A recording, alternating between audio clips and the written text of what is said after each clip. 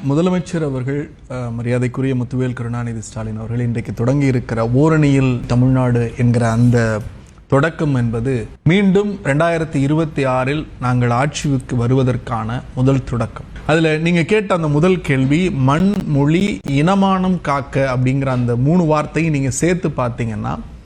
மண், இந்த தமிழ்நாட்டினுடைய மண்ணை வஞ்சிக்கிற ஒன்றிய அரசு, அதை போலவே மொழி, இந்த பாசிச பாஜகவினுடைய மொழி அதிகாரத்தையும் நம்முடைய தாய்மொழியான தமிழை அவமானப்படுத்துதல், இனமானம், கீழடியில் தமிழருடைய நாகரிகம் 5200 ஆண்டுகளுக்கு மேற்பட்டது என்பதை ஏற்க மறுத்து நம்முடைய கலாச்சாரத்தை, பண்பாட்டை வஞ்சிக்கிற மொழியாக, கல்வியில் மாணவர்களை வஞ்சிக்கிற, வளர்ச்சி திட்டங்களில் வஞ்சிக்கிற, தேசிய குழந்தைகள் வளர்ச்சி நிதியை தடுத்து நிறுத்தி இருக்கிற, ஜிஎஸ்டியின் மூலம் பொருளாதார பின்னடைவை ஏற்படுத்தி இருக்கிற, ஒட்டுமொத்தமாக மாநிலத்திற்கு வரவேண்டிய அனைத்து நிதிகளையும் தடுத்து நிறுத்தியும் கூட இந்த ஆட்சி மற்ற ஆட்சியாளரிடத்திலிருந்து வேறுபட்டு